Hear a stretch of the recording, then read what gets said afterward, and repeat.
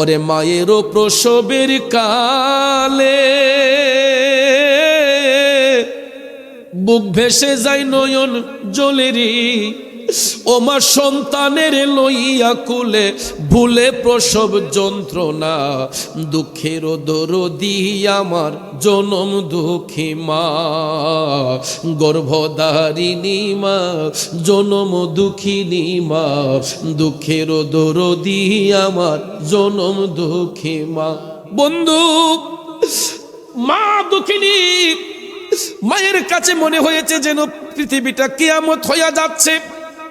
এত কষ্ট দিলাম, এত আঘাত দিলাম, কিন্তু ওই মহিলাটা, ভদ্র মহিলাটা আমাদের কোনো প্রতিবাদ করে নাই, বড় হইয়া কোনোদিন বলে নাই তুই আমার এই কষ্ট দিছ, সেই কষ্ট দিছ। অনেক সময় পিতার কাঁধেও সন্তানের লাশ বহন করতে হয়, ঠিক না বেটে? কারণ বাজার মৃত্যুর কোনো সিরিয়াল নাই, মৃত্যুর কোনো গ্যারান্টি নাই। বাবার আগে সন্তান যায়, সন্তানের আগে বাবা যায়। যার ডাক যখন চলে আসবে তাকেই মৃত্যুর ডাকে সাড়া দিতে হবে, ঠিক না বেটে? মৃত্যু যখন হয়ে যাবে আমাদেরকে কবরে পাঠানো হবে। আপনারা বলুন ওই কবর থেকে আর কি বেঁকে আসা যায়? কথা বলেন, আসা যায়? এই জন্য কবি বলেছেন, এ দুনিয়া ছেড়ে চলে যাব একদিন, মায়ারি বাঁধন ভেঙে যাবে একদিন, আসব না আমি আর এ ভুবনে কোনো দিন, এ দুনিয়া ছেড়ে চলে যাব একদিন। কথা বলেন, ঠিক না বেঠে? আমার যুবক বন্ধুরা, ও মুরব্বী বাবাজিরা, কিন্তু কিছু কিছু মানুষ দুনিয়াদারি পাইলে মনে করে দুনিয়াটাই মনে হয় আমাদের আসল। অনেক সময় দেখবেন অহংকারী ভাব নিয়া, তকব্বরি নিয়া অনেক মানুষ ক্ষমতার জোর দেখায়, গোষ্ঠীর জোর দেখায়। আমার গোষ্ঠী এত বড়, তোমাদের গোষ্ঠী ছোট।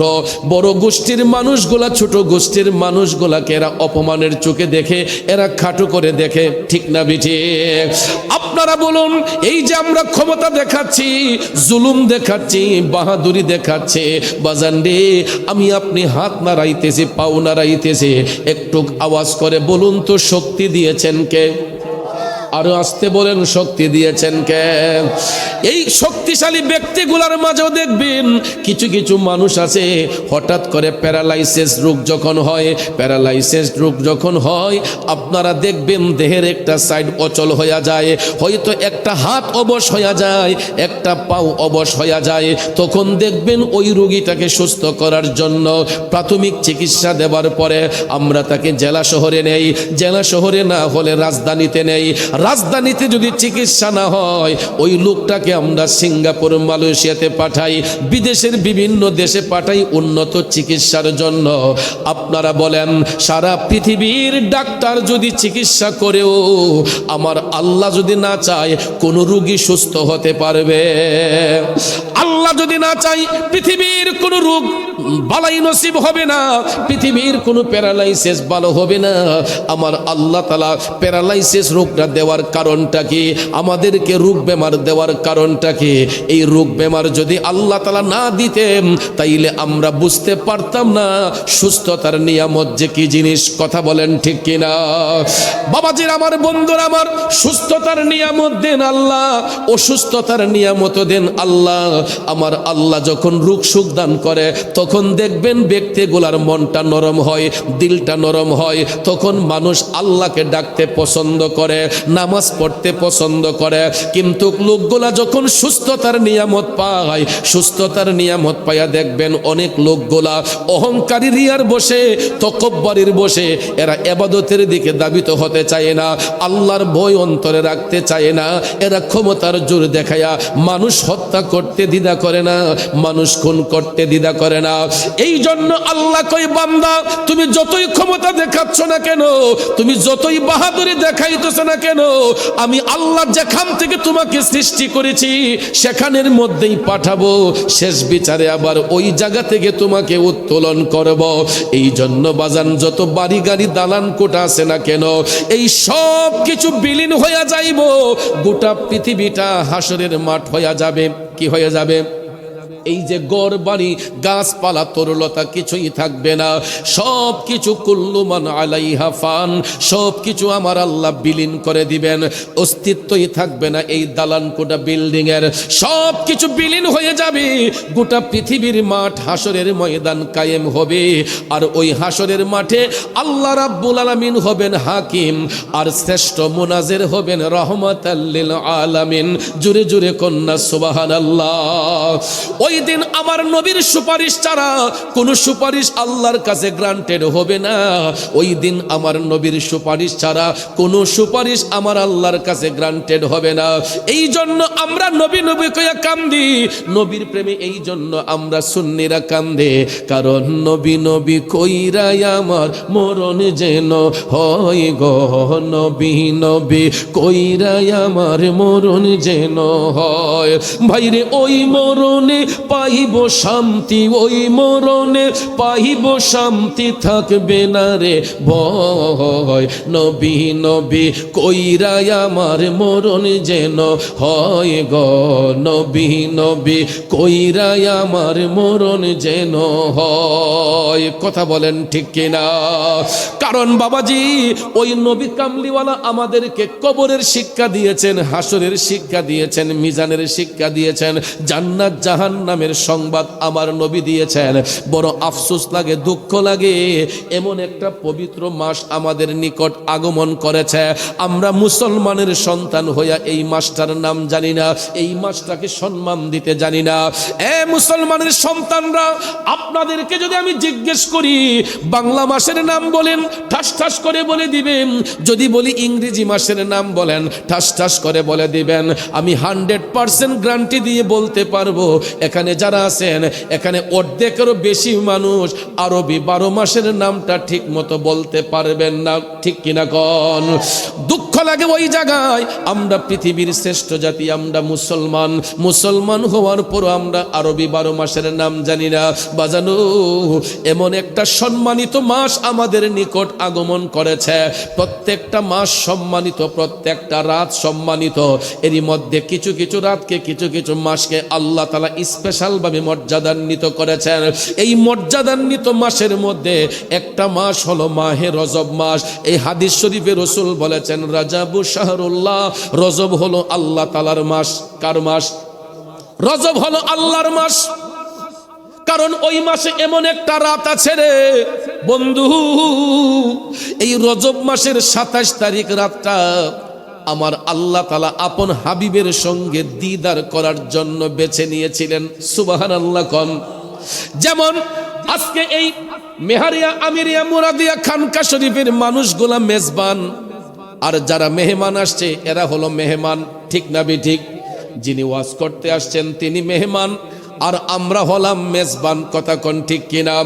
আমরা মেজবানরা মেহমানকে সম্মান দেওয়ার জন্য এখানে প্যান্ডেল করেছি, লাইটিং করেছি, আলোক সজ্জা করেছি, ঠিক কিনা কম?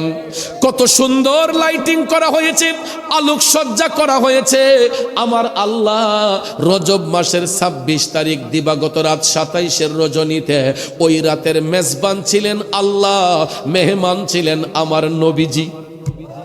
এই জন্য কবি বলেছেন আমরা বড়ই ভাগ্যবান, মোদের রাসূল আল্লাহর মেহমান, আমরা বড়ই ভাগ্যবান, মোদের রাসূল আল্লাহর মেহমান। কথা বলেন ঠিক কিনা? আমার ভাইয়ারা, বন্ধুরা, সাধারণত আমরা বন্ধু যখন বন্ধুর বাড়িতে দাওয়াত করি, দেখবেন আমাদের নিজের অর্জিত যা কিছু আছে বন্ধুর সম্মানে সব কিছু দেখাই, ঠিক না?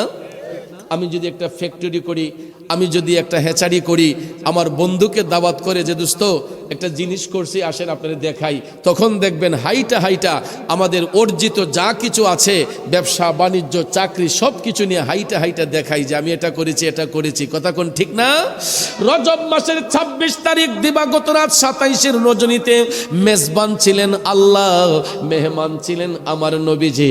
মেজবান মেহমানকে দাওয়াত করার কারণ হলো আমার আল্লাহর কুদরতি কালামে যত আশ্চর্যান্বিত বিষয় আছে সব কিছু আপন হাবিবকে দেখানো এবং জানানো।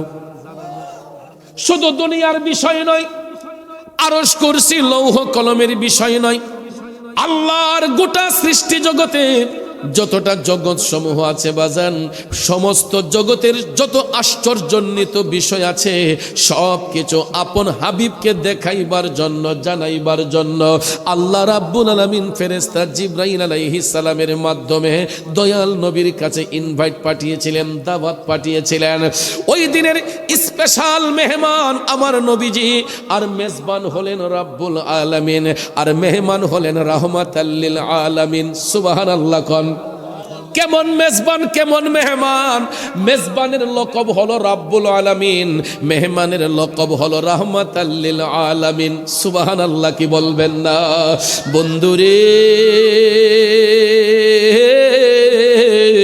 এই জন্য কবি বলেছেন রজবের 27 তারিখ দয়াল নবী মেরাজে যান, আমি পাপী অপরাধী গাইব কি নবীজির শান।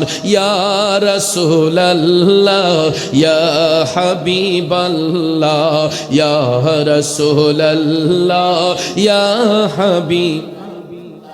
জিবরাইল হলেন খাদিম, যাবেন নবী আরশে আজিম। দুলহা সেজে দয়াল নবী বোরাকেতে পা ওঠান, দুলহা সেজে দয়াল নবী বোরাকেতে পা ওঠান। আমি পাপী অপরাধী গাইব কি নবীজির শান। ইয়া রাসূলুল্লাহ ইয়া হাবিব। বলুন ইয়া রাসূলুল্লাহ ইয়া হাবিবাল্লাহ ইয়া রাসূলুল্লাহ। মসজিদুল আকসাতে গিয়া দেখেন নবী কুল আম্বিয়া, ইমাম হয়ে নূর নবীজি 2 রাকাত নামাজ পড়ান। সুবহানাল্লাহ। কোন আমার আল্লাহ কেমন মেজবান, মেহমানকে ইনভাইট করিয়া সমস্ত আম্বিয়া কেরামগণকে আমার আল্লাহ মসজিদুল আকসার মধ্যে হাজির করলেন। কারণ হলো আমার নবী যে সশরীরে মেরাজে গিয়েছেন, যাতে পৃথিবীর কোনো নবী পয়গাম্বর অস্বীকার করতে না পারেন, কোনো নবী রাসূল যাতে অস্বীকার করতে না পারেন, ডকুমেন্টারি স্বরূপ আমার আল্লাহ মসজিদুল আকসার মধ্যে সমস্ত আম্বিয়া কেরামকে আল্লাহ উপস্থিত করালেন। ওই দিন সমস্ত আম্বিয়া কেরাম ছিলেন মুক্তাদি, আর আমার নবী ছিলেন ইমামুল আম্বিয়া। কথা কোন ঠিক কিনা? সমস্ত আম্বিয়াদের ইমাম। এই জন্য আমার নবীকে বলা হয় ইমামুল মুরসালিন, ইমামুল আম্বিয়া। কথা বলেন ঠিক না বেঠিক? মসজিদুল আকসাতে গিয়া দেখেন নবী কুল আম্বিয়া, ইমাম হয়ে নূর নবীজি 2 রাকাত নামাজ পড়ান। ইমাম হয়ে নূর নবীজি 2 রাকাত নামাজ পড়ান। আমি পাপী অপরাধী গাইব কি নবীজির শান। ইয়া রাসূলুল্লাহ ইয়া হাবিব। বলুন ইয়া রাসূলুল্লাহ ইয়া হাবিবাল্লাহ ইয়া রাসূলুল্লাহ। মসজিদুল আকসার মধ্যে সমস্ত আম্বিয়া কেরাম আমার নবীকে অভ্যর্থনা জানালেন। স্বাগত জানানোর পরে দয়াল নবী যখন মেরাজে যাবেন, এ বন্ধুরা বাবাজিরা, আমার নবী যখন মেরাজের মধ্যে যাবেন, প্রথম আসমানের মধ্যে যখন জিবরাইল ফেরেশতাকে সাথে নিয়া ঊর্ধ্বের গমনে আমার নবী যখন যাইতে লাগলেন, প্রথম আসমানের কাছে যাইয়াই আসমানের দরজার মধ্যে নক করা হলো। উপর থেকে ফেরেশতা জানতে চাইলেন কে, তখন তিনি বলেন আমি জিবরাইল। সাথে আছেন কে? বললেন রহমাতাল লিল আলামিন। সঙ্গে সঙ্গে প্রথম আসমানের দরজা উন্মুক্ত হয়ে গেল। আমার নবী প্রথম আসমানে তশরিফ নিলেন। প্রথম আসমানের মধ্যে জিনার সাথে সাক্ষাৎ হয়েছিল, উনি হচ্ছেন সমস্ত মানব জাতির আদি পিতা হযরতে বাবা আদম সফিউল্লাহ। চিল্লায়া বলেন না সুবহানাল্লাহ। আদম আলাইহিস সালাম আমার নবীকে অভ্যর্থনা জানালেন, স্বাগত জানালেন। জানানোর পরে হযরতে আদম নবী বললেন, নবী গো ইয়া রাসূলুল্লাহ, আপনি আপনার জন্য এই প্রথম আসমানের যত দর্শনীয় স্থান আছে আল্লাহ রাব্বুল আলামিন সবকিছু সুসজ্জিত করেছেন। এখানে জান্নাতও আছে, জাহান্নামও আছে। জান্নাত এবং জাহান্নাম উভয়টাকে আমার আল্লাহ সুসজ্জিত করে রাখছেন আপনাকে দেখানোর জন্য। আদম নবী ডাক দিয়া বললেন, নবী গো, আপনি আগে চাইলে জান্নাত দেখতে পারেন, চাইলে আগে আপনি জাহান্নামটা দেখতে পারেন। আমার নবী ডাক দিয়া কয়, ও জিব্রাইল, জিব্রাইল রে, আমি জান্নাত দেখব পরে, আগে আমি জাহান্নাম দেখতে চাই। জুরে কন্যা সুবহানাল্লাহ। আমার নবী উম্মতের জন্য কত দয়াবান। দয়ার নবী আগে গুনাহগার উম্মতকে দেখবে। নবী ডাক দিয়া কয়, জিব্রাইল, আমি জান্নাত পরে দেখব, আগে আমি জাহান্নামটা দেখতে চাই। সাথে সাথে জিব্রাইল আলাইহিস সালাম বললেন, নবী গো, উভয়টাই তো আল্লাহ তাআলা আপনার জন্য সুসজ্জিত করেছেন, আপনার একান্ত মর্জি। তখন রাসূল বললেন, জিব্রাইল চলো আগে জাহান্নামের আলামতগুলা দেখি। আমার নবীজি জাহান্নামের গেটের মধ্যে গিয়া যখন দাঁড়ালেন, সঙ্গে সঙ্গে এটা ওপেন হয়ে গেছে। সুবহানাল্লাহ কোন। আপনারা দেখবেন কিছু কিছু অটো ডোর আছে আমাদের দেশে, দেখবেন বড় বড় হোটেল রেস্তোরাঁতে গেলে আমরা যাওয়ার সাথে সাথে এটা খুলে যায়। কথা কোন ঠিক না? অটোমেটিকলি খুলে যায়। এটাকে অটো ডোর বলা হয়, অটো লক, অটো দরজা বলা হয়। এটা খুলতে হয় না। দেখবেন মানুষ গিয়া সাথে সাথে গেলেই আমাদের শরীরের স্ক্যানার যখন আমাদের শরীরের সাথে যখন এড হয়ে যায়, এটা অটোমেটিকলি খুলে যায়। কথা কোন ঠিক না বেঠিক? এই যে অটো লক, অটো ডোর যে বানানো হলো, বিজ্ঞানীরা এটা কি গবেষণা করে বানাইলেন? বিজ্ঞানীকে যদি প্রশ্ন করা হয়, বিজ্ঞানী ভাই আপনি কি রিসার্চ করলেন, কোন জিনিসটা আপনি রিসার্চ কইরা এই অটো ডোরের আবিষ্কার করেছেন? বিজ্ঞানী আপনাকে স্পষ্ট করে বলে দিবে, আমার দয়াল নবী যখন জান্নাত এবং জাহান্নামের গেটের সামনে গিয়া যখন দাঁড়িয়েছিলেন, তখন দরজা কেউ খুলে দিতে হয় নাই, আমার রাসূল দাঁড়ানোর সাথে সাথে এটা ওপেন হয়ে গেছে। কারণ মেহমান কেমন মেহমান? তিনি আল্লাহর মেহমান, আল্লাহর হাবিব। এই হাবিবের সম্মানে আল্লাহ তাআলা সবকিছু ওপেন রেখেছেন, খোলা রেখেছেন। দয়াল নবী আমার জাহান্নামের গেটের সামনে গিয়া দাঁড়ালেন, অটোমেটিকলি দরজাটা খোলা হয়ে গেছে। আমার নবীজি জাহান্নাম দেখতে যাইয়া প্রথমে দেখতেছেন নাকের মধ্যে দুর্গন্ধ লাগতেছে। কি লাগতেছে? জাহান্নামের মধ্যে দুর্গন্ধ। হঠাৎ করে নবীজি জাহান্নামের মধ্যে প্রবেশ করে ডান পাশে তাকালেন। আমার কামলিওয়ালা নবী তাকাইয়া দেখতেছেন কিছু কিছু লোক দেখা যাচ্ছে, এরা নিজের শরীরের গোশতগুলা নিজে চাবাইয়া চাবাইয়া খাচ্ছে। জোরে কি নাউজুবিল্লাহ বলা যাবে না? নবীজির চোখের পানি মোবারক টপ টপ করে ঝরতে লাগলো। আমার নবীটা কান্না করতেছেন। জিব্রাইল আলাইহিস সালাম ডাক দিয়ে বলে, নবী গো, ইয়া রাসূলুল্লাহ, এই যে লোকগুলা নিজের গোশত নিজে চাবাইয়া খায়, এরা আপনার উম্মতের মধ্যেই একদল লোক। নবী গো, এরা আপনার উম্মতের মধ্যেই একদল লোক। এরা দুনিয়ার জমিনে মানুষের উপর জুলুম করত, এরা মানুষকে হত্যা করত, এরা এতিমের সম্পদ গ্রাস করত, এরা মানুষকে নিয়ে পরনিন্দা করত, এরা মানুষের গীবত করত। আছে না নাই? আরো জোরে, আরো জোরে, কম না বেশি? নিজের নামে খবর নাই, অন্যকে নিয়ে সমালোচনাকারী লোকের অভাব নাই। নিজের নামের কোনো খবর নাই, নিজের আমলের খবর নাই, আরেকজনকে দোষারোপ করার লোকের কোনো অভাব নাই। দেখবেন ভাইয়ের আমার, কিছু কিছু রেডিমেড মুসল্লি আছে, চায়ের দোকানে বৈশা চা পান করব, কোন হুজুরের পাঞ্জাবি লাম্বা, কোনটা বাইটটা, ইডা নিয়ে গবেষণা করব। আসেনি এমন লোক? অথচ নিজের আমলের খবর নাই। কোন হুজুরের পাঞ্জাবি লাম্বা, কোনটা বাইটটা, কোন হুজুর কিতা করছে না করছে, সব রাজনীতি শাসটলো ফাস্টেহার সাহাতো লইয়া। কথা কোন ঠিক না ঠিক? এ বাবাজিরা আমার, বুদ্ধিজীবীরা আমার নবী কামলিওয়ালা শিখাইয়া দিছেন, আল গীবাতু আশাদ্দু মিনাজ জিনা, কোন মানুষ সম্পর্কে ধারণা না রাইখা গীবত করা জিনার চেয়েও খারাপ কাজ। ঠিক না ঠিক? কোন মানুষ সম্পর্কে ধারণা না রাইখা গীবত করা, পরনিন্দা করা, এটা খারাপ কাজ, জিনার কাজ। কিন্তু আমাদের দেশে কিছু কিছু রেডিমেড মুসল্লি আছে, দেখবেন নামাজও পড়তেছে, হারাম খাইতেছে, নামাজও পড়তেছে, হারাম ব্যবসা করতেছে, নামাজও পড়তেছে, এরা দেখবেন চিটারি বাটফারি করতেছে, আছে না নাই?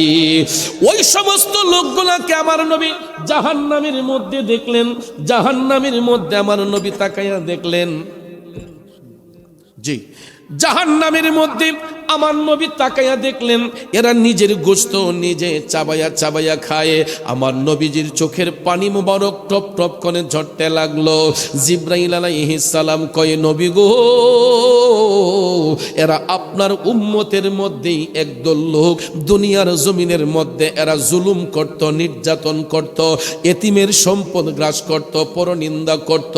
তাইলে বলুন ভাইয়ের আমার, এই প্রকৃতির লোক আমাদের দেশের মধ্যে আছে না নাই? নবীজি আর একটু সামনে গেলেন। আমার নবীজি মেরাজের রাতে জাহান্নাম দেখতে যাইয়া আর একটু সামনে গিয়া দেখতেছেন। এই যুবক পোলাপানরা একটু মনোযোগ দিয়া শুনেন। নবীজি আর একটু সামনে যাইয়া দেখতেছেন বিদ্রুপের মতো কান্নার সব, কারা যেন বিদ্রুপের মতো কান্না করতেছে। এদের কবরের মাটি ফাইটা আগুনের ফুলকি গুলা লাফাইয়া লাফাইয়া উপর দিকে উঠতেছে। নাউজুবিল্লাহ কোন। দেখবেন অগ্রহায়ণ মাসও, যেটা আমরা বাউইসা দান বলি, এই বাউইসা দানের খেরের মধ্যে আগুন লাগাই দিলে মাঝে মাঝে দেখবেন লাফাইয়া লাফাইয়া আগুনের তাপে ফুলকিগুলা উপর দিকে উঠে। ঠিক না? উঠে না? আমাদের এলাকায় আমি দেখেছি যে খেরের পাড়ায় আগুন লাগাই দিলে ওই যে জমিনের মধ্যে যে খেরগুলা থাকে, এগুলার মধ্যে চাষাবাদ করার জন্য আবার ওই ছাইগুলা নাকি জমিনে বল হয়, এই জন্য অনেক সময় খেরের মধ্যে আগুন লাগাই দিলে পুরা জমিনটা যখন জ্বলে আগুনের ফুলকিগুলা লাফাই লাফাই উপর দিকে উঠে। ঠিক না? আমার নবীজি জাহান্নামের মধ্যে প্রবেশ করে দেখতেছেন কিছু কিছু কবরের মাটি ফাইটা আগুনের ফুলকিগুলা লাফাইয়া লাফাইয়া উপর দিকে উঠতেছে, আর কবরের ভিতরে কারা যেন বিদ্রুপের মতো কান্না করতেছে। নবী আমার কান্দে। জিবরাইল আলাইহিস সালাম ডাক দিয়া বলতেছেন, নবী গো, এরাও আপনার উম্মতের মধ্যে একদল লোক। ইয়া রাসূলুল্লাহ, এরা দুনিয়ার জমিনে এদের মা বাবার উপর হাত উঠাইতো, এদের মা বাবারে কষ্ট দিত, কথায় কথায় এরা মা বাবারে ধমক মারত। আপনারা বলুন, এই রকম সন্তান আমাদের দেশে আছে না নাই?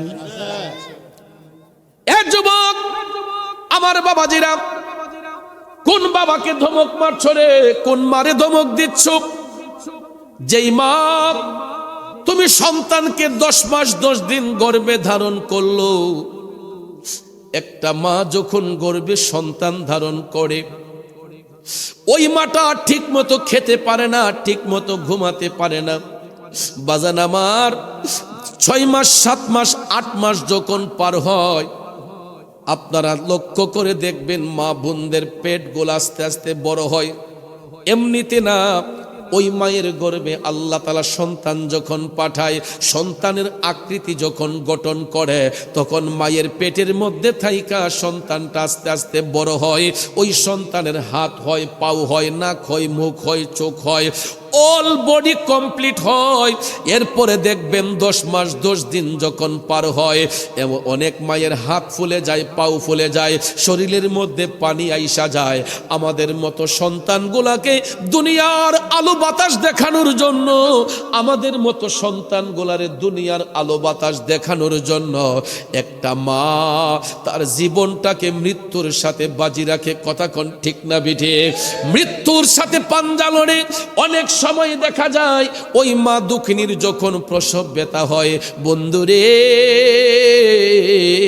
প্রসব ব্যথায় ছটফট করে, অনেক মা অজ্ঞান হয়ে যায়, অনেক মা সেন্স হারা হয়ে যায়, অনেক মার জীবন পর্যন্ত চলে যায়, একমাত্র আমাদের মতো সন্তানকে দুনিয়ার আলো বাতাস দেখানোর জন্য। ঠিক কিনা বলেন? বন্ধুরা আমার বাবাজিরা রে, 10 মাস 10 দিন পার হবার পরে ওই মায়ের যখন প্রসব ব্যথা শুরু হয়, আমার নবী কামলিওয়ালা বলেন, প্রসব ব্যথা এমন একটা ব্যথা, পৃথিবীটা কিয়ামত হলে যেই রকম মনে হবে, একটা সন্তান যখন মায়ের লজ্জাস্থান দিয়ে প্রবেশ করে ওই মায়ের কাছে তখন ঠিক সেই রকম মনে হয় যেন পৃথিবীটা কিয়ামত হইয়া যাইতেছে। যেই কারণে কবি বলেছেন, ওরে মায়েরও প্রসবের কালে বুক ভেসে যায় নয়ন জলেরি, ও মা সন্তানের লইয়া কুলে ভুলে প্রসব যন্ত্রণা, দুঃখের দরদি আমার জনম দুঃখী মা, গর্ভধারিণী মা জনম দুঃখিনী মা, দুঃখের দরদি আমার জনম দুঃখী মা। বন্ধু, মা দুঃখিনী মায়ের কাছে মনে হয়েছে যেন পৃথিবীটা কিয়ামত হইয়া যাচ্ছে, এত কষ্ট দিলাম, এত আঘাত দিলাম, কিন্তু ওই মহিলাটা, ভদ্র মহিলাটা আমাদের কোনো প্রতিবাদ করে নাই, বড় হইয়া কোনোদিন বলে নাই তুই আমার এই কষ্ট দিছ, সেই কষ্ট দিছ। মা কোনোদিন বলে নাই, বরঞ্চ সন্তানটা ভূমিষ্ঠ হওয়ার সাথে সাথে ওই ছেলের চেহারার দিকে তাকাইয়া মা তখন কয় না যে আমার ছেলে কালো হয়েছে, শ্যামবর্ণ হয়েছে, উজ্জ্বল বর্ণ হয়েছে, ফর্সা হয়েছে, আমার ছেলের নাক বোচা হয়েছে, কান বোচা হয়েছে। মা কিন্তু এই কথা বলে না। কালো সন্তানও যদি হয়, পেস কাটিংটা কালো যদি হয়, নাকটা যদি বোচা হয়, নাকটা যদি চোখা হয়, তারপরও দেখবেন মা কয় এটা চাঁদের চাইতো দামি। মায়ের কাছে সন্তান চাঁদের চাইতো দামি। এখানে কোনো কষ্ট শেষ নয়। আমরা মায়ের গর্ভে যখন ছিলাম তখনও কষ্ট দিয়েছি, দুনিয়াতে আসার পরে এই যে মাঘ মাসের শীতটা অতিবাহিত করতেছি। এ বন্ধুরা, বাবাজিরা, এই যে মাঘ মাসের শীতটা অতিবাহিত করতেছি, একটা কম্বল দিয়ে ঘুমানো যায় না, ঠান্ডা বাতাস গায়ের মধ্যে লাগে, তখন দেখবেন কম্বলটারে জোর কইরা ঘুমাই, ঠিক নিও বাজান, যত গাড়া করন যায় পাতলা কম্বল দিয়ে ঘুমাতে পারি না। এই যে মাঘ মাসের শীত, আপনারা তাকাইয়া দেখেন কতগুলা কাপড় আমাদের গায়ের মধ্যে, শরীরটাকে গরম রাখার জন্য, কথা বলেন, শরীরটাকে গরম রাখার জন্য, সতেজ রাখার জন্য আমরা কতগুলা পোশাক গায়ের মধ্যে দিয়ে রাখছি যাতে ঠান্ডা গায়ের মধ্যে না লাগে। কিন্তু এই মাঘ মাসে শীতের মধ্যে যেই মায়ের গর্ভ থেকে সন্তান ভূমিষ্ঠ হয়েছে, বন্ধুরে ওই মাটার দিকে একটু খেয়াল করে দেখবেন, এই মাঘ মাসে শীতের মধ্যে মা সন্তানটারে শুকনা কাপড় পরাইয়া মায়ের আঁচল দিয়া ঢাইকা সন্তানটারে যখন বুকের মাঝখানে ঘুম পাড়িয়েছে, মাঝ রাতে দেখা যায় সন্তান মায়ের কোলে প্রস্রাব করে দিয়েছে, পায়খানা করে দিয়েছে। দিছিনি? আমরা দিছিনি? আমরা দিছিনি? মাঝরাতে দেখা যায় সন্তান মায়ের কোলে প্রস্রাব করেছে, পায়খানা করে দিয়েছে। অন্য একটা মানুষ যদি ঘরে প্রবেশ করে, আইসা দেখবেন আমার মারে ধমক দিয়া কয়, কি গো মুখের মা, এই তোর ছেলে পেশাব করেছে, পায়খানা করেছে, দুর্গন্ধ লাগতেছে, নাকের মধ্যে কাপড় দিয়া ধরে, ঠিক নিও বাজান। যত সুসি পায়ে রোগ থাকুক না কেন, মা যত পরিষ্কারই থাকুক না কেন, বন্ধু যখন ওই মায়ের পেট থেকে সন্তানটা ভূমিষ্ঠ হইয়া মাঘ মাসে শীতের মধ্যে যখন ছেলেটা মায়ের কোলে প্রস্রাব করে, পায়খানা করে, ওই মা কিন্তু নাকে কোনো আতর লাগায় না, রুমের ভিতরে কোনো এক্সট্রা পারফিউম ব্যবহার করে না, এয়ার ফ্রেশনার ব্যবহার করে না। দুই হাতটা দিয়া, শুধু বাম হাত দিয়া নয়, ডান হাত বাম হাত উভয় হাত দিয়া দেখবেন মা সন্তানের পেশাব পরিষ্কার করে, পায়খানা পরিষ্কার করিয়া এই ঠান্ডা শীতের রাতে মা দেখবেন সন্তানটার একটা শুকনা কাপড় দিয়া পেঁচাইয়া ভিজা জায়গার মধ্যে মা চলে যায়, শুকনা জায়গার মধ্যে সন্তানটারে রাখে, ভিজা জায়গার মধ্যে মা যায়, শুকনা জায়গাটার মধ্যে সন্তানটারে রাখে। বন্ধু শুধু তাই নয়, অনেক সময় বাচ্চাদের গায়ে ঠান্ডা লাগে, নিউমোনিয়া হয়, অনেক বাচ্চাদের শ্বাসকষ্ট হয়। এই যে শীতের রাতে বাচ্চাদের নিউমোনিয়া হয়, শ্বাসকষ্ট হয়, দেখবেন একটা মাও আরাম করে বিছানার মধ্যে ঘুমায় না, না জানি সন্তানের গায়ে ঠান্ডা লেগে যায়। একটু পর পর দেখবেন মায়ের চোখ থেকে ঘুম চলে যায়, তাকাইয়া দেখে ছেলেটা ঠিক আছে নি, বাচ্চাটা ঠিক আছে নি, মেয়েটা ঠিক আছে কিনা। তখন দেখবেন মা নিজে কষ্ট কইরা হইল বাচ্চাটারে সুস্থ রাখার জন্য আল্লাহর কাছে নিজের জীবনটারে কোরবান করে দিতে চাই, ঠিক কিনা বলেন? ওরে হাতে পায়ে তেল মাইখা মায় দিল শক্ত করি, প্রসাব পায়খানায় আমি মায়ের কোলে করি, তবু না মারাগ হইল ভিজল গুয়ে মুতে, আমার শুকনায় রাখিয়া মাই থাকে ভিজাতে, ঠিক না বিঠে? আরে অসুখ হইলে দেখি চায়া আমার মাই রইছে বিছানায় বহিয়া রে, বলে আমায় আল্লাহ যাও গোলয়া সন্তানের নিও না, দুঃখের দরদি আমার জনম দুঃখে মা মাগো, গর্ভধারিণী মা জনম দুঃখিনী মা, দুঃখের দরদি আমার জনম দুঃখী মা। বন্ধুরা আমার, বাবাজিরা গো, এবার চিন্তা করে দেখেন মা কেমন দায়িত্বশীল। আমি সন্তানের যাতে কষ্ট না হয়, সন্তানের যাতে গায়ে আঘাত না হয়, সন্তানের যাতে গায়ে ঠান্ডা না লাগে, নিউমোনিয়া না হয়, মা সারা রাত বিছানার মধ্যে ঘুমাই না, ছটফট করে। বন্ধুরে, এটা তো শিশুকালের কথা বললাম। যখন আমাদের কিশোর কাল আসে, 12 বছর প্লাস হইয়া 15 বছরের ভিতরে, 12 থেকে 15 বছর পর্যন্ত দেখবেন ছেলেগুলা খেলাধুলায় আসক্ত থাকে, ঠিক নিমিয়া? খেলাধুলা করতে গিয়ে দেখবেন ই ফুলারে মাইরা দেয়, এই শরীরে মাইরা দেয়, ইটার লোকে কাজ্জা লাগে, হিটার লোকে কাজ্জা লাগে, লাগে না? বাড়ির মাঝে নালি সাইয়ে মা দেখবেন ইটারে কন্ট্রোল করে, কথা কন, ঠিক না? আচ্ছা আমার ভূতে বুঝছেন, আচ্ছা দেখাম এরে শাসন করাম, এরে এই কর্ম সেই কর্ম। আমরা এই কিশোরকালে দেখা যায় খেলাধুলা করতে গিয়া একজন আরেকজনের সঙ্গে ফেসাদ করি, ঝগড়া করি, কিন্তু এটা মিটমাট করে দেয় আমাদের ঘরের মা বাবারা, কথা কন, ঠিক না বেঠিক? শুধু তাই নয়, ওই বাচ্চাটার ভবিষ্যৎ সুন্দর করার জন্য, বাচ্চাটার ভবিষ্যৎ সুন্দর করার জন্য কিছু কিছু মা আছে দেখবেন নফল রোজা রাখে, আসেনি রে বাজান? কিছু কিছু মা দেখবেন নফল রোজা মান্নত করে যে আমার ছেলের পরীক্ষা ভালো হোক আমি এতটা রোজা রাখবো, আমার ছেলেটা পড়াশোনায় ভালো হোক আমি এই আমল করব। এরপরে দেখবেন ঈদের দিন যখন আসে, সবার আগে মা বাবারা বাচ্চাদের কাপড় চোপড় তৈরি করে দেয়, ঠিক নি মিয়া? যেই দিন আমার আপনার 1 টাকা ইনকামিং সোর্স ছিল না, ওই দিন আমরা যখন নিজেকে নিয়ে ব্যস্ত থাকতাম, মা বাবার পকেটের দিকে আমরা তাকায় থাকতাম যে আব্বা আম্মা আমাদেরকে কাপড় দিবে, নিজের কাপড়টা আগে কেনার জন্য রেডি হয়ে যেতাম। আব্বা আম্মা ফিনছে কিনা হিটা চিন্তা করতাম না, আমরা নিজেরই নিয়ে চিন্তা করতাম। এই যে সামনে রমজানের ঈদ আসতেছে, মাহে রমজান আসতেছে, দেখবেন কতগুলা বাচ্চা মা বাবার কাছে আগে ভাগেই বাইনা ধরে রাখে, আমার আজ এইবার এইটা দেওয়ান লাগবো, আমার এইবার এই জুতা এত দামের দেওয়ান লাগবো, কাপড়টা এত দামের দেওয়ান লাগবো। আগে ভাগেই দেখবেন মা বাবার সাথে কন্ট্রাক্ট করে ফেলে, ঠিক না ঠিক? মা বাবা কি রাগ করে নাকি খুশি হয়? ফিট মরা এক ফুট বাচ্চা লো, ইনশাল্লাহ তোমার এত দামেরই দিব। পকেটে যদি পয়সা নাও থাকে, মায়ের কাছে 1 টাকা যদি নাও থাকে, বাচ্চার মুখের দিকে তাকাইয়া কোনোদিন ওই বাচ্চারে মা কষ্ট দিতে চায় না।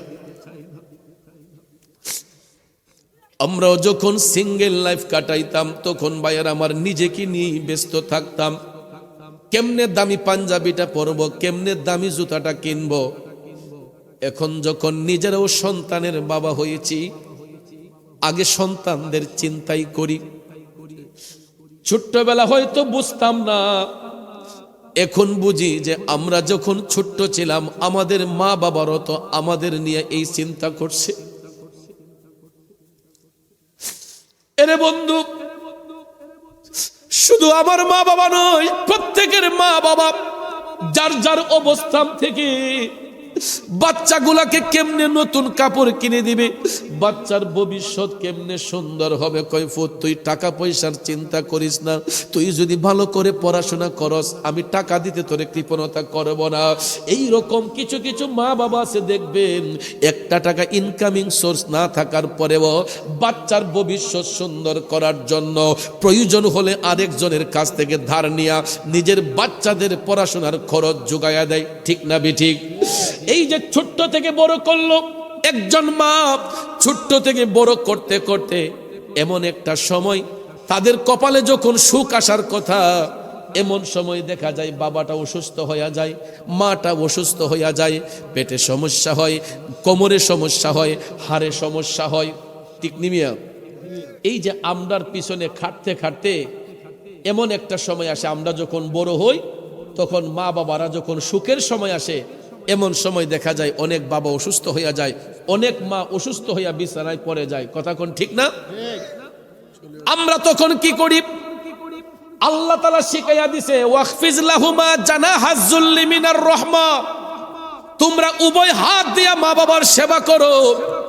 কিন্তু আমরা উভয় হাত দিয়া সেবা করব দূরের কথা, উপযুক্ত হওয়ার পরে অনেক সন্তান আছে কথায় কথায় বাবারে ধমক মারে, কথায় কথায় মারে ধমক মারে, আছে না নাই?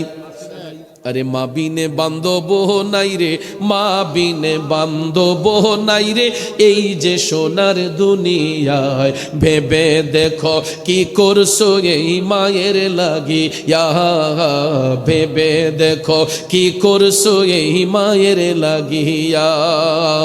মা বিনে বান্ধব নাই রে, মা বিনে বান্ধব নাই রে, এই যে সোনার দুনিয়ায় ভেবে দেখো কি করছো এই মায়ের লাগিয়া।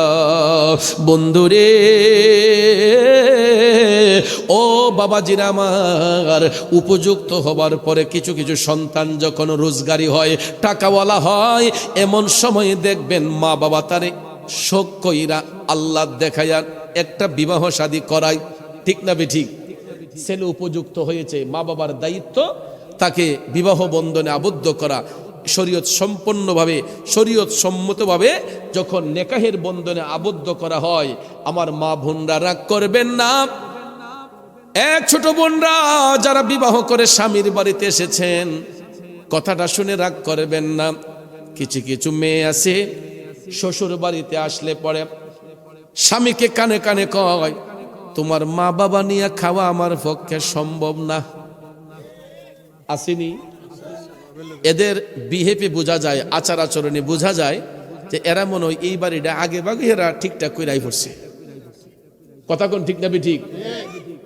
কিন্তু একটা সংসার সাজাতে যাইয়া, একটা সংসার সাজাতে যাইয়া ঘরের যিনি কর্তা, একজন গার্জেন, অভিভাবক বাবাটা তিল তিল করে একটা সংসারকে সুন্দর করে সাজায়।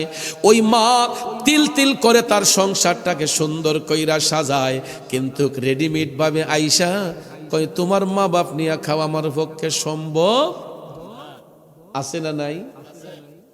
আমি সেবা করলে তোমার করাম, তোমার মা বাপের খাটনি হার বললে আইসি। আসেনি এমন? এই আমার বোনেরা, ছোট বোনরা, তোমাদের পায়ে হাত ধরে বলবো রে, দুনিয়াটা ধার উদ্ধারের জায়গা রে বোন। আজকে হয়তো তুমি এই বাড়ির নতুন বধূ হয়ে আসছো, একদিন তুমি এই বাড়িতে শাশুড়ি হইবা। ঠিক না বেঠিক? তুমি হয়তো আজকে বধূ হয়ে এসেছো, তোমায় একদিন এই বাড়ির শাশুড়ি হইবা, তোমার ঔরস আল্লাহ তাআলা সন্তান দান করবে। ঠিক কিনা কম? তুমি যেমন কর্ম করবা এমন কর্মের ফল তোমাকে ভোগ করতে হবে রে বোন। এই জন্য আমি পায়ে হাত ধরে বলবো, একটা মা পারে একটা সমাজকে সুন্দর করতে, একটা মা পারে একটা সমাজকে সাজাইতে, একটা নারী পারে একটা সংসারকে উন্নত করতে। ঠিক কিনা কন? এই জন্য দেখবেন কবির ভাষায় বলে, সংসার সুখের হয় রমণীর গুণে, সংসার নষ্ট হয় নারীরও কারণে। ঠিক না ঠিক? একটা নারী একটা পরিবেশকে বদলিয়ে দিতে পারে, আবার একটা নারী একটা পরিবেশ ধ্বংস করে দিতে পারে। কথা কোন ঠিক না বেঠিক? এই জন্য ভাইয়ার আমার দেখবেন আমরা যখন বিয়ে শাদী করাইতে যাই আগে দেখি মেয়েটার মায়ের বাড়ি কই, ছেলেটার মায়ের বাড়ি কই, নানার বাড়ির আগে খুঁজে। কথা বলে না? বিয়ে শাদী করলেও দেখবেন আগে মানুষের নানার বাড়িটা খুঁজে যে গোড়াটা কই দেখি। কথা বলেন? এই জন্য বাজান আমার এই রকম যাচাই বাছাই করে রূপ সুন্দরী কদুরমা দিয়ে কি করবেন? যদি তার চরিত্র সুন্দর না হয়, যদি তার চরিত্র সুন্দর না হয়, আখলাক সুন্দর না হয়, চামড়া সুন্দর দিয়া কি করবেন বাজান? এই জন্য মেয়েটা যদি শ্যামবর্ণ হয়, কালো হয়, তার আখলাক যদি সুন্দর হয়, তার ক্যারেক্টার যদি সুন্দর হয়, এই নারীটার কারণে একটা সংসার সুন্দর হয়। কথা বলেন ঠিক কিনা? বন্ধুরে, আমি মায়ের কথা বলেছিলাম। ওই মা যখন সন্তানের পিছনে খাটতে খাটতে বাচ্চাটাকে উপযুক্ত করলো, উপযুক্ত হওয়ার পরে সন্তানগুলা যখন রোজগারি হইয়া যায়, অনেক সময় বাবারে ধমক মারে, মায়ের ধমক মারে।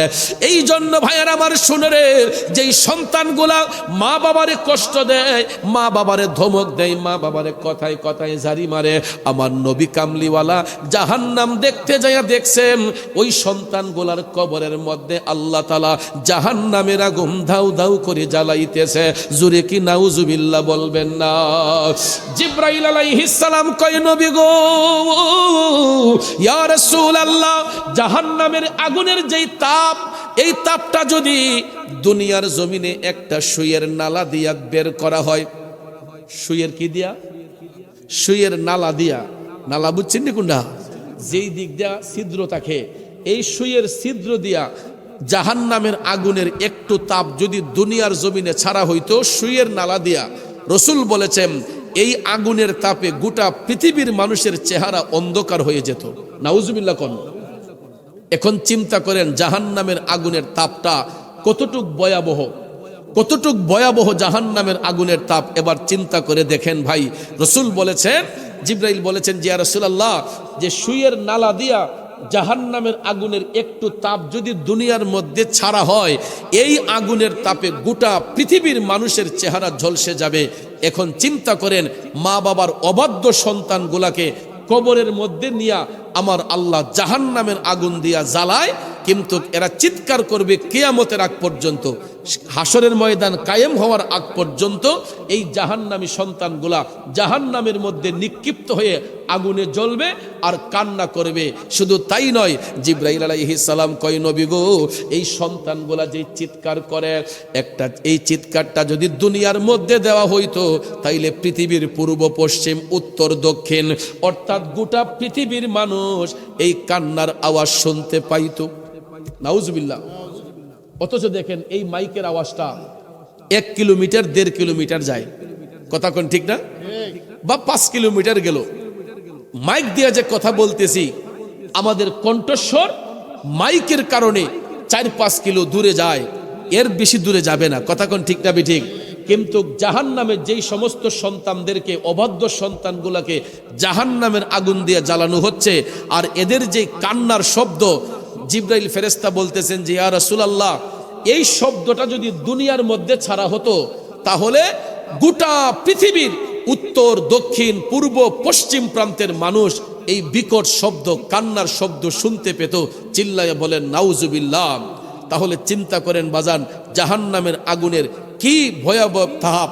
এই জন্য আমি যুবক ছেলেদেরকে বলবো, যারা মা বাবার সাথে চোখ রাঙিয়ে কথা বলেন, মা বাবাকে ধমক দিয়ে কথা বলেন, আপনাদের কাছে আল্লাহর ওয়াস্তে অনুরোধ করে বলবো, এই মাহফিল থেকে শিক্ষা নিয়ে যাব যে আমরা আর কোনোদিন মা বাবার মনে কষ্ট দেব। কারণ পৃথিবীতে মায়ের মতো আপন কেউ হবে না। তোমরা কোনোদিনও মা বাবার মনেতে কষ্ট দিও না। তোমরা কোনোদিনও মা বাবার দিলেতে আঘাত দিও না। পৃথিবীতে মায়ের মতো আপন কেউ হবে না। তোমরা কোনোদিনও মা বাবার দিলেতে আঘাত দিও না। বন্ধু মা বাবার মনের মধ্যে কষ্ট দিলে আল্লাহ কষ্ট পায়, মা বাবার দুঃখ দিলে আমার দয়াল নবী দুঃখ পায়। এই জন্য আমার নবী জাহান্নামের মধ্যে মেরাজ শরীফে যাইয়া প্রথম আসমানে প্রবেশ করে আমার নবী জাহান্নামের গেট দিয়ে ঢুকে জাহান্নামীদের এই ভয়াবহ আযাব দেখতে পাইলেন। এই রকম ভাবে যদি জাহান্নামের বর্ণনা দিতে থাকি, দিতে দিতে রাত পার হয়ে যাবে, তারপরও জাহান্নামের আলোচনা করে শেষ করা যাবে না। এবার আসুন জাহান্নাম থেকে বের হইয়া আমার নবী জান্নাতে গিয়া কি দেখলেন একটু শুনে নেই। এ বাবাজিরা, আমার বন্ধুরা আমার, এই মেরাজের রাতে আমার নবী জাহান্নামের আলামতগুলা দেখা এবার যখন জান্নাতের গেটের সামনে দাঁড়ালেন, দাঁড়ানোর সাথে সাথে এটা অটো খুলে গেছে। সুবহানাল্লাহ কোন অটো ডোর, জাহান্নামের গেট আমার নবীর জন্য এটা অটোমেটিকলি খুলে গিয়েছে। রসুল যখন জান্নাতের গেট দিয়ে প্রবেশ করলেন, অটোমেটিকলি গেট খুলে গেল। আমার নবী প্রবেশ করার সাথে সাথে নবী দেখতেছেন সুগন্ধ আসতেছে, সুন্দর একটা স্মেল। যেমন পারফিউম ব্যবহার করলে, রুমে এয়ার ফ্রেশনার দিলে আপনারা দেখবেন খুব সুন্দর একটা স্মেল আসে, কথা কোন ঠিক না?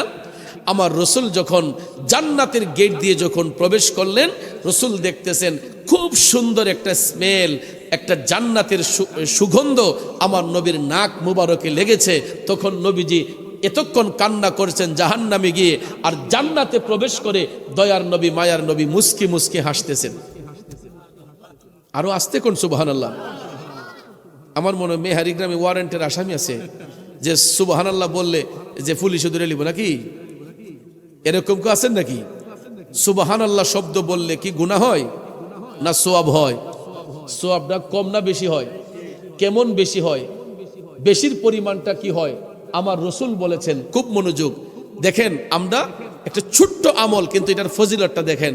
আমরা যে অনেক সময় হুজুরা বলে যে জুড়ে বলেন সুবহানাল্লাহ, এই সুবহানাল্লাহ শব্দ যদি কেউ একবার মাথাটা উঁচু করে, তার মাথাটাকে উঁচু করে বা তার দিল দিয়া যদি মৌলা পাখির দিকে রজ্জু হয়ে একবার যদি কেউ সুবহানাল্লাহ শব্দ বলে, আমার নবী বলছেন ওই ব্যক্তির দৃষ্টিটা, চোখটা যতটুক দূরে যাবে, চোখটা কই যাবে, যতটুক দূরে যাবে, এই পরিমাণ গুনাহ যদি ব্যক্তির আমলে থাকে, রসুল বলেছেন একবার যদি কেউ ইখলাসের নিয়তে, খালিস নিয়তে সুবহানাল্লাহ শব্দ বলে, তাইলে এই পরিমাণ গুনাহ আল্লাহ তাআলা বান্দার আমল থেকে ঝরাইয়া দিবে।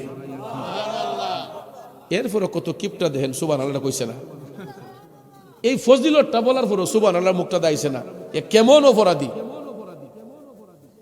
আমার নবী বলছেন যে চোখের দৃষ্টি যতটুক দূরে যায়, এই পরিমাণ গুনাহ যদি আমলে থাকে, আর কোনো ব্যক্তি যদি একবার ইখলাসের নিয়তে শুধু সুবহানাল্লাহ শব্দটা বলে, আল্লাহ মহান এই সাক্ষ্যটা দেয় যে সুবহানাল্লাহ, তাইলে আকাশ পরিমাণ গুনাহ যদি ব্যক্তির আমলে থাকে, আমার আল্লাহ এই গুনাহগুলো জড়াইয়া দেয়। বাড়ছে না কমছে? তার মানে এতক্ষণে ঘুম ভাঙছে, ঠিক না বাবাজিরা, আমার বন্ধুরা আমার। জান্নাতের গেটে আমার নবী প্রবেশ করে সুন্দর একটা গ্রান পাইলেন, স্মেল পাইলেন। হঠাৎ করে আমার নবী তাকাইয়া দেখেন এত বিশাল বিশাল এক একটা প্রাসাদ দেখা যায়, এত বিশাল বিশাল এক একটা প্রাসাদ দেখা যায়, এক একটা ঘরে এক একটা পুরুষ, আর 70 জন বেহেশতের হুর গেলমা একটা পুরুষের সেবা করতেছে। সুবহানাল্লাহ। পুরুষ কয়জন আর বেহেশতি নারী কয়জন? 70 জন। বেহেশতি নারী কয়জন? 70 জন। এটা কার জন্য জানেন?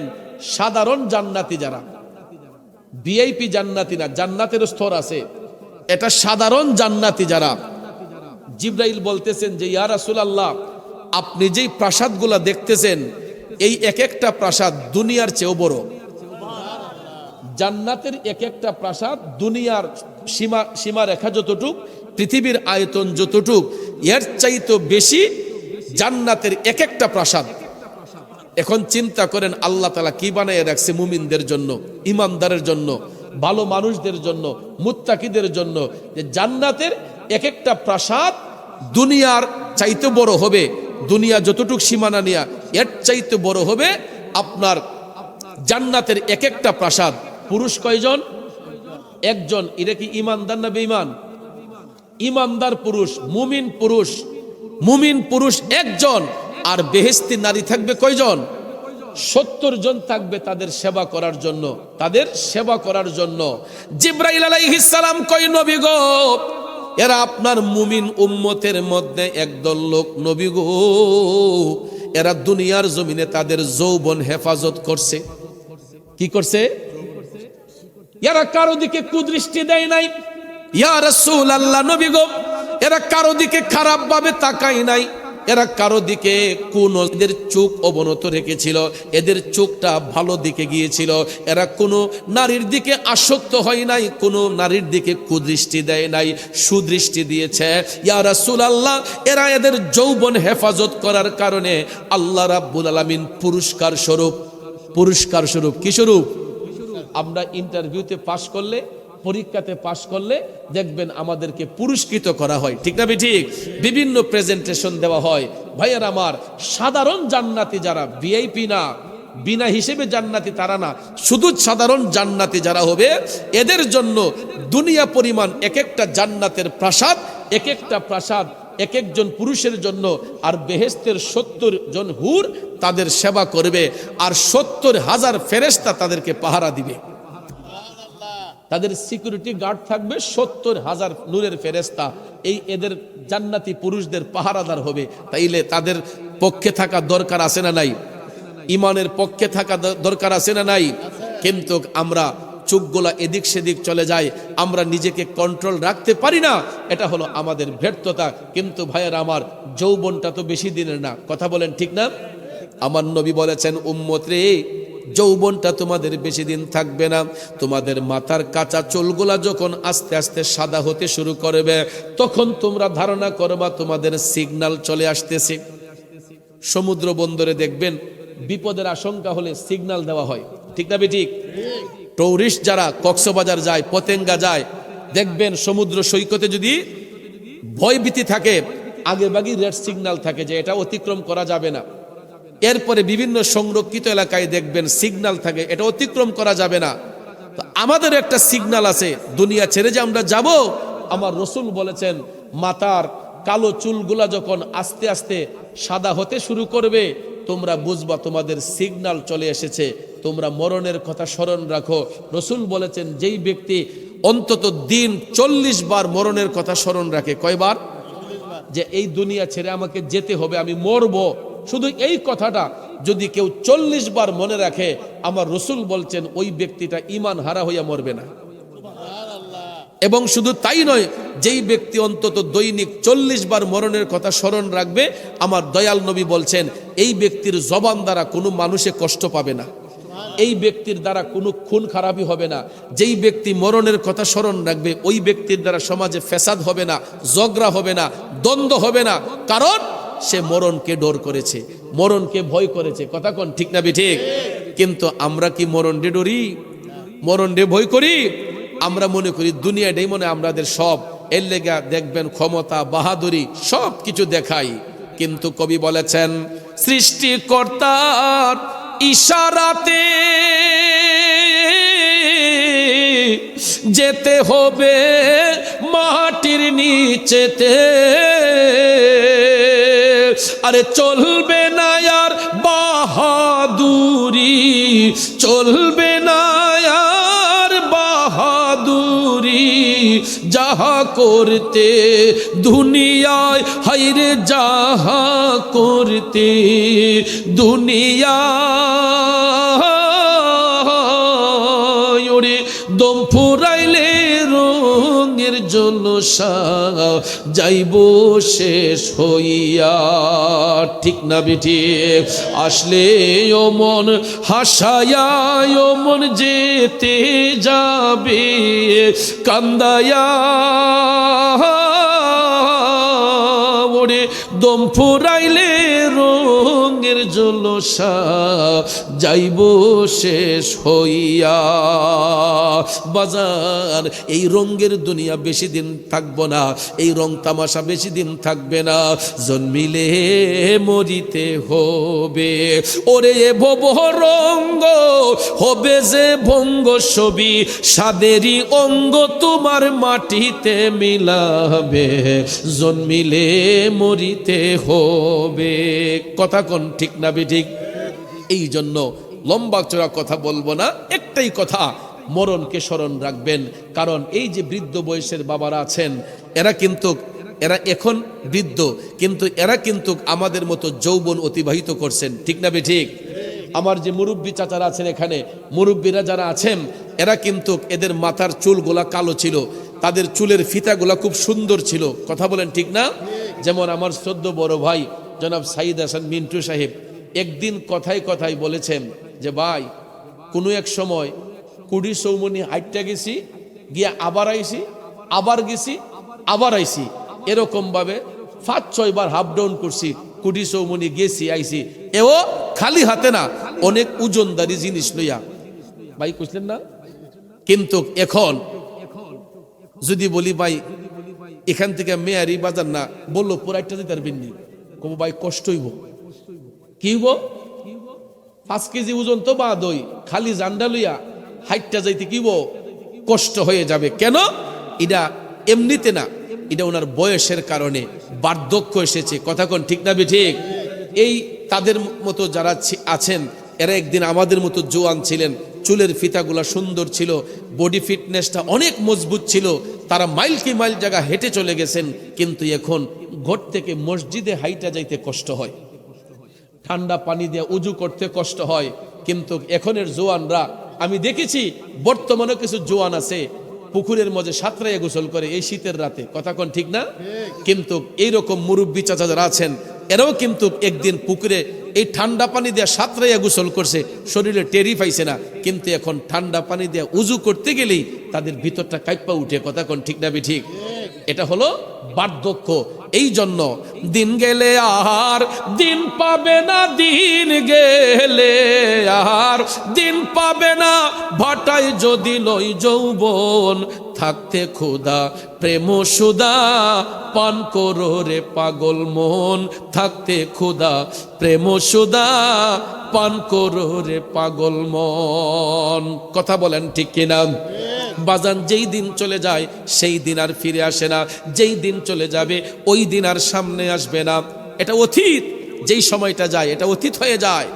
বর্তমান আমাদের কি হবে, সামনে কি হবে, এই চিন্তা করে এখন থেকে ইত্তাকুল্লাহ, আল্লাহকে ভয় করুন, আল্লাহর তাসবিহ আদায় করুন, 5 ওয়াক্ত নামাজ পড়ুন, হালাল রিজিক ভক্ষণ করুন, সুদ ঘুষের ব্যবসা বন্ধ করুন, চিটারি বাটপাড়ি বন্ধ করে রং তামাশা ছেড়ে দিয়া আমরা 5 ওয়াক্ত নামাজি হব, হালাল পথে জীবিকা নির্বাহ করব। তাইলে দেখবেন আমাদের পাড়া মহল্লা সমাজ রাষ্ট্র সুন্দর হবে, কথা বলেন ঠিক কিনা? কিন্তু এই যে দেখেন ওয়াজ করতেছি, একটু আগে আমি দেখি ফুলাভান্ডি ভলিবল খেলতেছে, তো এরা যদি এখন মাহফিলে আসতো 2-1টা কথা শিখতে পারতো না? আইব কোন সময় জানেননি, যখন ইয়ানবী কইয়া হার হয়ে যাবো তখন দেখবেন মুসল্লির অভাব নাই। এখন দেখেন পুরা প্যান্ডেল কিন্তু ভরপুর না, একটু পরে দেখবেন প্যান্ডেলের ভিতরে জায়গা হইতো না। আসিনি পাডি মাহফিলের শ্রোতা 3 কোয়ালিটির। কয় কোয়ালিটির? এক কোয়ালিটির শ্রোতা আছে, আমি দেখছি এরা সন্ধ্যা থেকে শেষ পর্যন্ত থাকে, এরা আসে হেদায়েতমূলক বাণী শিকার জন্য, এরা হেদায়েতের জন্য আসেন, কথা কোন ঠিক না বেঠিক? ভালো কিছু শিকার জন্য। আরেক ফাডি আছে, এরা যেই হুজুরের সুরবালা কতক্ষণ হইন না যা জায়গা। আরেক ফাডি আছে তাবারুক ফাডি, ইডিকা দেখেন ওই রাস্তাঘাটে টই টই করতেছে, এমদা হেমদা ঘুরতেছে, সিফায় সাফায় মোবাইল লইয়া গেম খেলতেছে। ওই দিন মুসল্লি একজন এখন সুক্ত হইছে, এরকম ভাবে দেখবেন একটু পরে আরো শত শত মুসল্লি এরা আসবে। যখন তাবারুকের প্যাকেট দেওয়া হইব, এরপর আবার কাহিনী আছে, প্যাকেটটা লইয়ে টিপ্পা দেহে গুস্ত করা গেছে, ঠিক না ঠিক? এমন আছে যদি কম যায় তখন মনটারে বেজার করে, চাই একটা নিত। যাক শুনেন, গাউসে পাক বলছেন, আমার গাউসে পাক বলছেন, বাবা শুনেন, আমার বরপির সাহেব বলছেন, গাউসে পাক বলছেন যে মিলাদ মাহফিল শেষে যে তাবারুক বন্টন হয়, এটা 41টা রোগের ঔষধ হয়। কয়টা রোগের? তাইলে এটার মাঝে বরকত আসেনি? বাবা তোরা তাবারুক খাইবার লাগে আইলেও এটা বরকত আছে, হয়তো আল্লাহ পাক এই উসিলায়, তাবারুকের উসিলায় তোমাদেরকে হেদায়েত করতে পারে, ঠিক না ঠিক?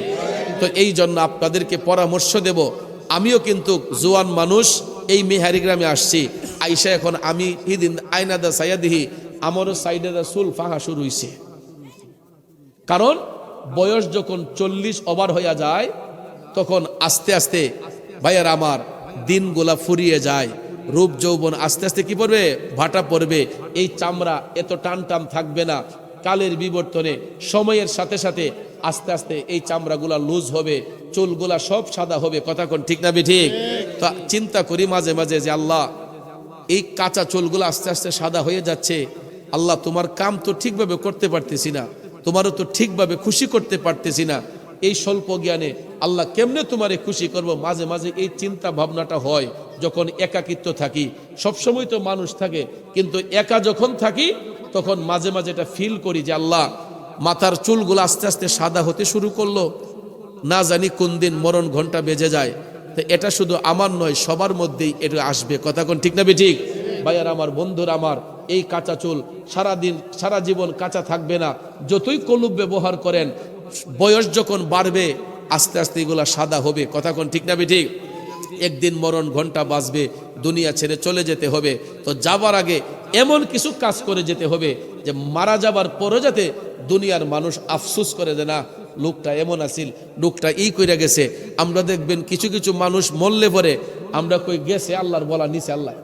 আবার কিছু কিছু মানুষ যাবার পরে আমরা আফসোস করি, একটা ভালো মানুষ দুনিয়া থেকে বিদায় হয়েছে। কথা কোন ঠিক না? যেমন আমরা মেহারির পিসা বুজুরের কথা স্মরণ করলে আমাদের এখনো চোখের পানি আসে। একটা হাসি মাখা মুখ, গাউসিয়া দরবারের পিসাব কেবলা মরহুম মগফুর হাবিবুর রহমান রহমতুল্লাহ আলী হুজুর কেবলা দুনিয়াতে নাই, কিন্তু গুনার চেহারার মধ্যে একটা মায়া ছিল, দেখলে দরদ হইতো। এখনো আফসোস হয়, একটা মায়ার মানুষ আমরা হারাইলাম।